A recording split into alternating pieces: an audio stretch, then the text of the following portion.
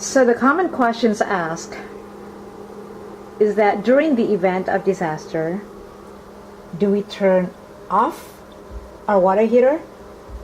The answer would be yes, you should, and you would. Because if you start smelling gas, that would be too late. Okay? And this is to avoid any leakage or explosion actually for your home. Now this is the instruction here, and I have it here in color code.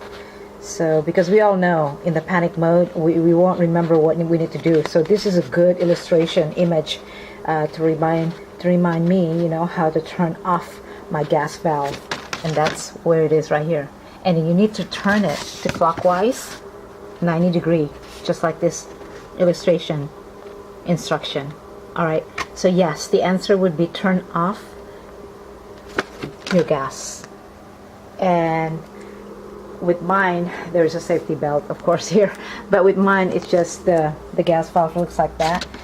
Yours may look different, okay, depending on the model and everything.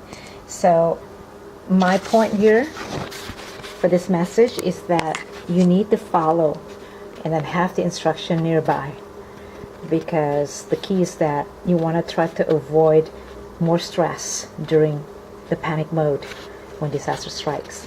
Yes, the answer, turn off your gas. Alright, thank you for watching. If you have any questions, please visit our website, idealworld.com. Thank you.